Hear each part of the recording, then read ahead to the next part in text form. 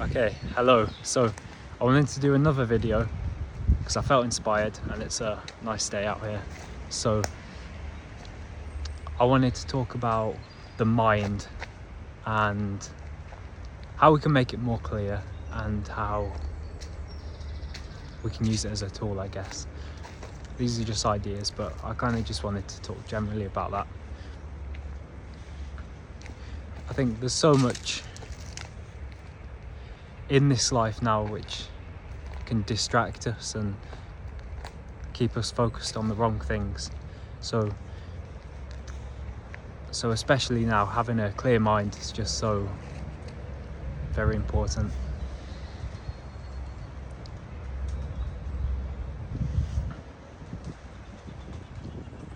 So there's so much that we can do to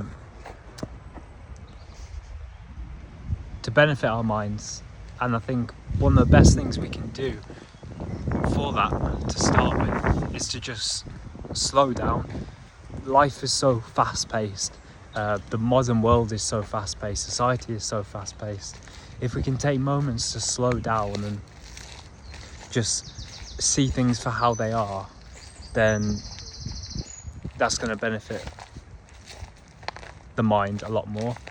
I mean, if it's possible, I know this is going to be increasingly difficult for more people in the world, but if we can separate ourselves from the world and try to live our own lives in unity with God rather than society, then that is going to be a tremendous help as well.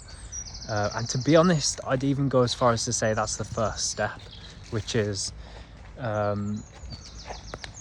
it just goes to show how difficult a true spiritual journey is, because so many people want all the rewards and the blessings and the benefits of leading a spiritual life without leading behind the main cause of a lack of spirituality in the world, which is such a consumerism focused society, which doesn't necessarily have our spiritual well-being at heart. So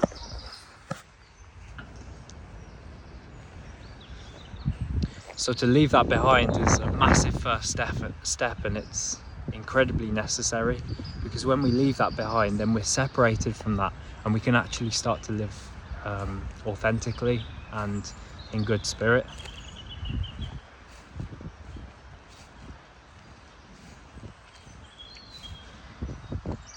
Once that's left behind, that opens up so many doors for adjusting life to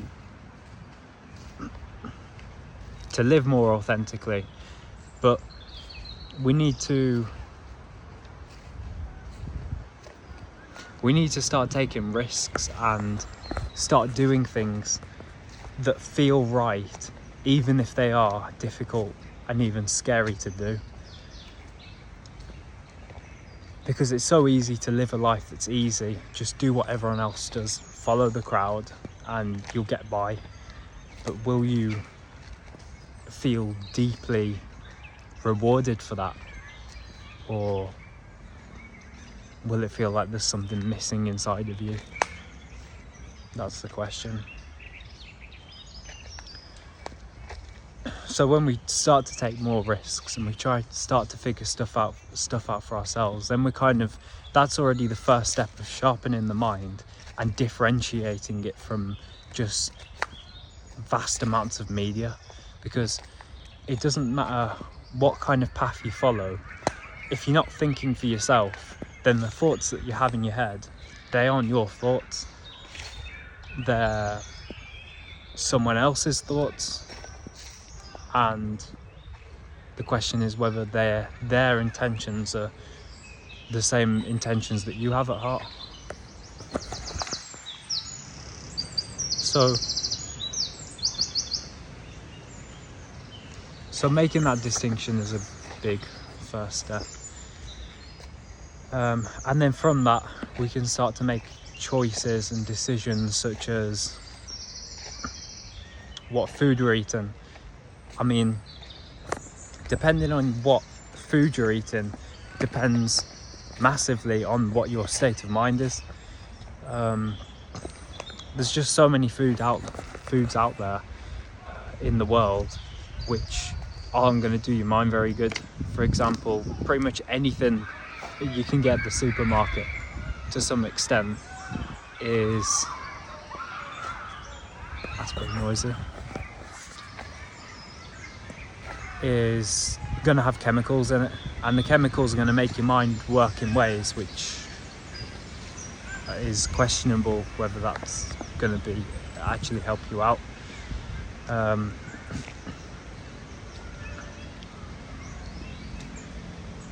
So I found myself personally, it's been good to go right back to basics and cut out everything and to just eat just eat to live, like not live to eat kind of thing. So cut out anything that gives any immediate gratification. Just these past few days I've been trying out something new where I've been eating pretty much just like chapati, so bread with as the most unprocessed flour that I can find, and dal, so literally just lentils, yellow lentils, split lentils, and with that I put cumin, turmeric, maybe a bit of ginger, but that's it. Not even using salt or black pepper or the majority of spices, no chili, nothing like that, and just eating that for dinner. And I've just been trying to make it a process to avoid anything that just makes things sweeter, tastier, and cutting that out. So at first glance that might sound really boring, and it is very plain, but it's helped me to get a better relationship with food, where I can start to see what's important and what's not, and also just to help me to not rely on food, and ultimately not to put food before God in my life, which is definitely something I'd done before, especially with all the modern junk food and stuff like that. It's arguable that, well, I mean, you can eat food like that, or you could eat something a lot simpler. The question is it really necessary to have such tasty, rewarding food? Does it mess up the system in a way? So that's just something I've been messing around with. And by eating simpler foods, cutting it right down to basics, it's helped my mind to be more calm and more focused on what's actually important. So stuff like meditation has become a lot easier, which is probably a good way to move on to the next point. I feel like focusing on the breath is also something that's very tricky. You have to be in the right frame of mind,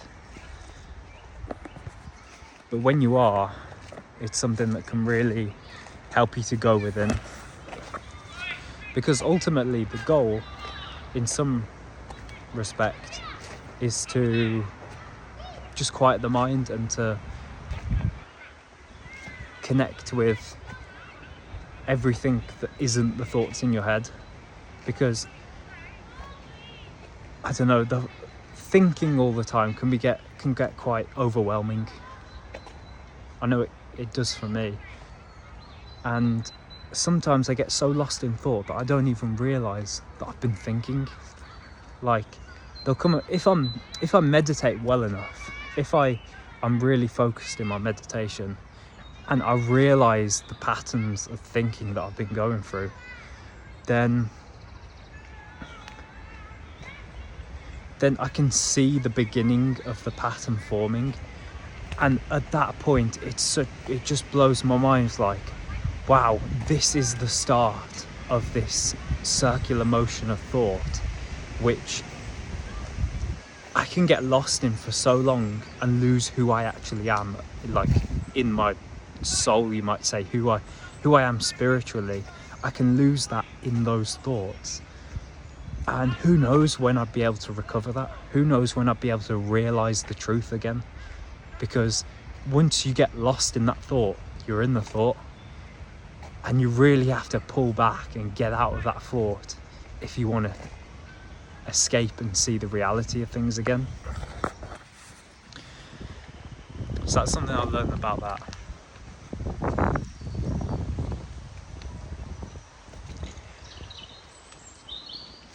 It's apt that I'm in nature right now.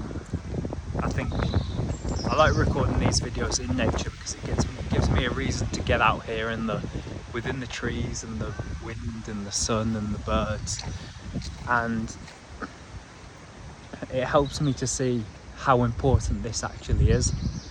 At the moment I'm living in a flat on the top floor. I say top floor, it's just 3 floors. But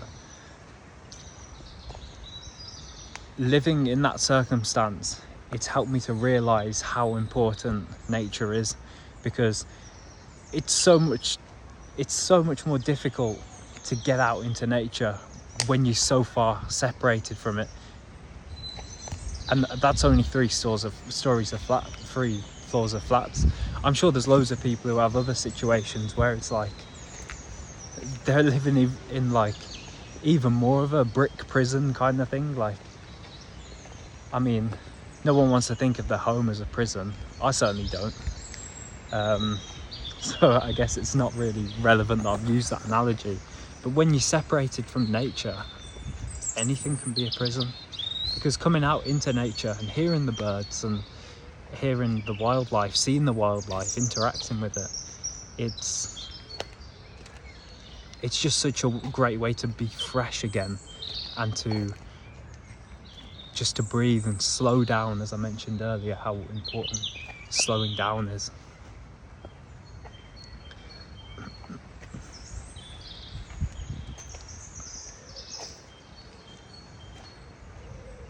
So I just think that's really nice.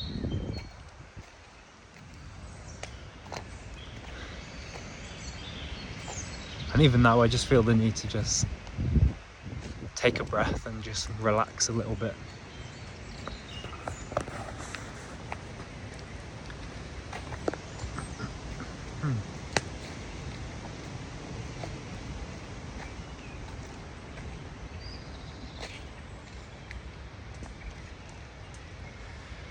Society can definitely be incredibly overwhelming and incredibly cut off from things.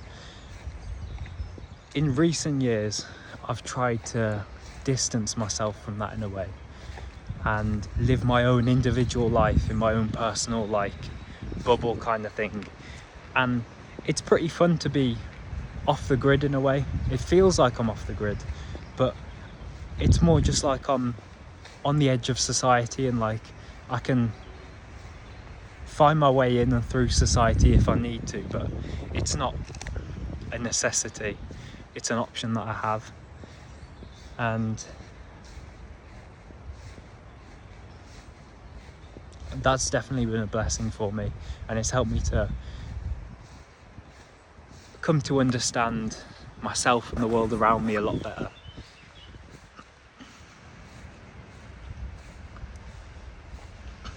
Along with meditating and breathing and that sort of thing, I think prayer also has an important place here. Specifically, obviously, I feel like meditating is breathing, focusing on the breath. Then both can be done with God in mind, I feel. However, prayer, I'd say the difference is prayer is more communicating, like actually thinking consciously to God. And I think for that reason, prayer has been a massive boost for me, because I think it can be really powerful just to get some direction going. just by taking a moment, trying to relax, and then thinking to God and saying to God what's on your mind, it changes the direction of your thoughts from just passing by and maybe even attacking you in some circumstances, to actually bringing that energy and giving it to God and saying, look, God, this is everything that's on my mind. This is everything that I'm thinking about. This is how I feel it relates to you. Can you help me with this? Or in another instance, thank you, I've noticed that you've helped me. It brings things out of just this self-focused view, and it opens life up onto a new level, which involves God and brings God into it. So naturally that creates more awareness, because you're actually able to see the world from God's perspective, because you're bringing God into it. So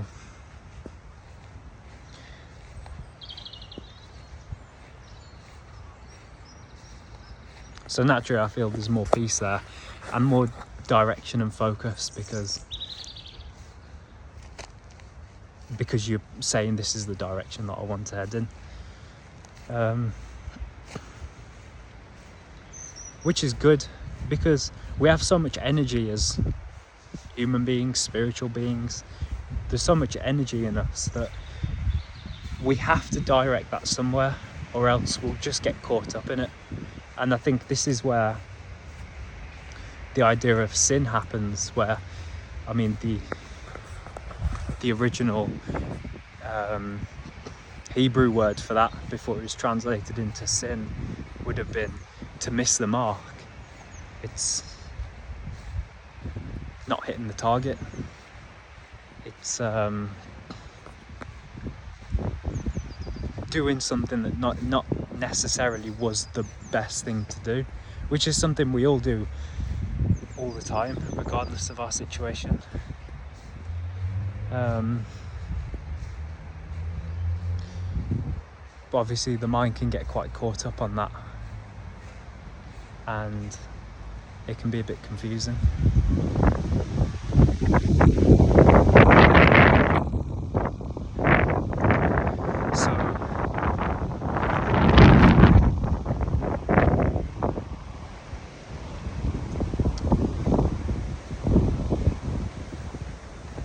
Yeah, I think it's just important to realise what's important and focus on what's important.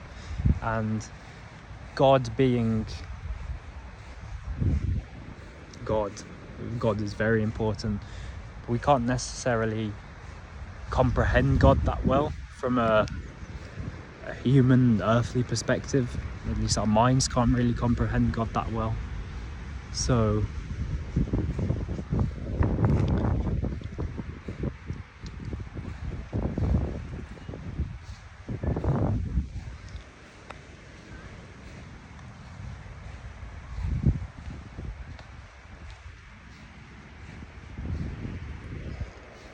I think that's best why we can just accept it as some sort of absolute reality.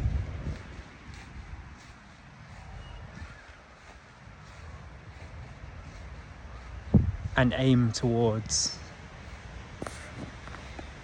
the things that brings. It's a very difficult one to talk about. But I think just putting the focus on God there is very important. So the mind, obviously the mind is very powerful. The mind can create. The mind has the capacity to create. You set the mind to something, it'll do it. If you want to go to the shops and get a loaf of bread, then the mind says, okay, I'm going to do this, and this is how I'm going to do it. So in the same perspective, if you set the mind to say, I want to find the truth of all things, then the mind's going to go ahead and find the truth of all things, or at least try to.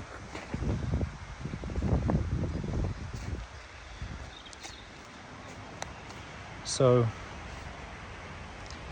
it's definitely important to focus the mind, but I think our desires as human beings have a important impact on that as well. If our desires are for so many different material things, then we can't really escape that. Then we're going to be focused on that. It's where we see it in like a spiritual perspective. It's like our heart. If the heart desires something, if the heart is clinging to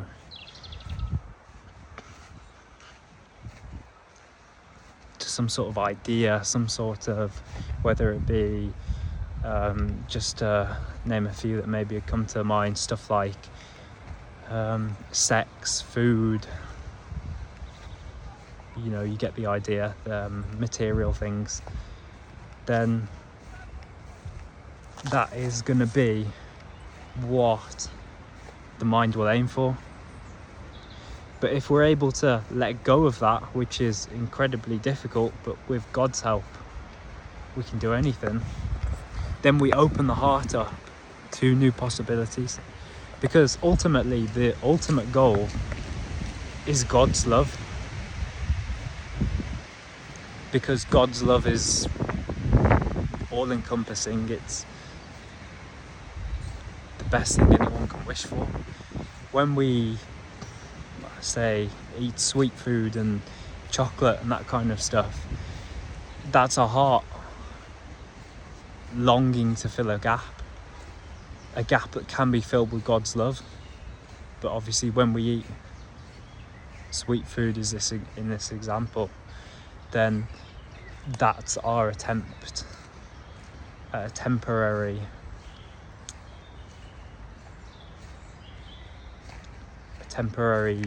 alternative to God's love, because it feels good, like so many other things in life. So if we're able to surrender those things, then that chastens us and helps us focus more on God's love. So I keep thinking to keep coming back to the mind, because the mind is very important.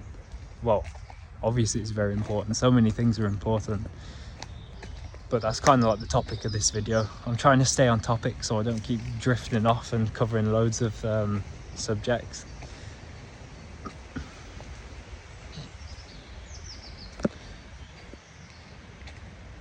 Yeah. I'd say at the moment, if I give some perspective to what my mind's perspective is like at the moment, I think I can definitely do more work with meditating and stuff like that to focus my mind, calm my mind, and to really understand reality in a simpler way. I mean, I surely have to calm down as well myself a lot. I do get quite caught up and worked up in things, and that leads me to make snap decisions and do things without really thinking, which is, I guess, good in some circumstances because it helps to overcome that obstacle of fear. If you're doing things straight away and you're not letting giving fear the chance to set in, then you're kind of just going with your gut. And I think that's a healthy thing to do. If you listen to your gut and just do what you feel is right, you're going to have a lot of success. But then so many things at the same time benefit from just a clearer conscience. So, for example, before I eat food, whenever I eat food, I'll sit down first and I'll first just calm myself down. I'll meditate, focus on my breath, and then I'll just pray. And I do that every time I eat food because it helps me to clear my conscience so that when I eat my food, I'm calm. Because the worst thing to do is eat food something that's meant to be so special and sacred, while your mind's all over the place thinking about how you're gonna empty the bin out or whatever. That was a random thought. So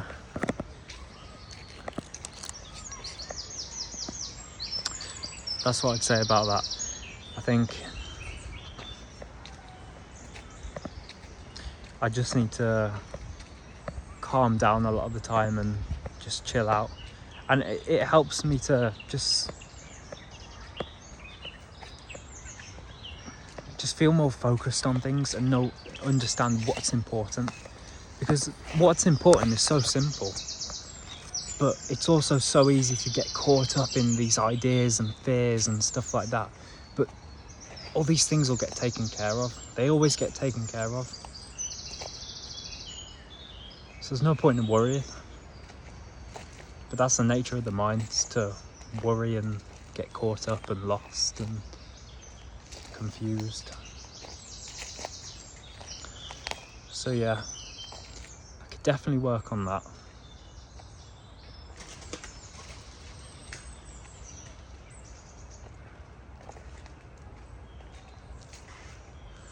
And that's another thing as well. There's this perspective that I saw from recently, which I thought was really interesting. It was basically like Carl Jung's perspective on the New Testament in the Bible, and like the story of Jesus's life. And he basically likened the whole thing to the psychological like individuation process of like confronting the shadow and the ego and that sort of stuff. But what stood out to me the most is when he talks about sin and the shadow, and the part from the Gospels that we see of Jesus's time in the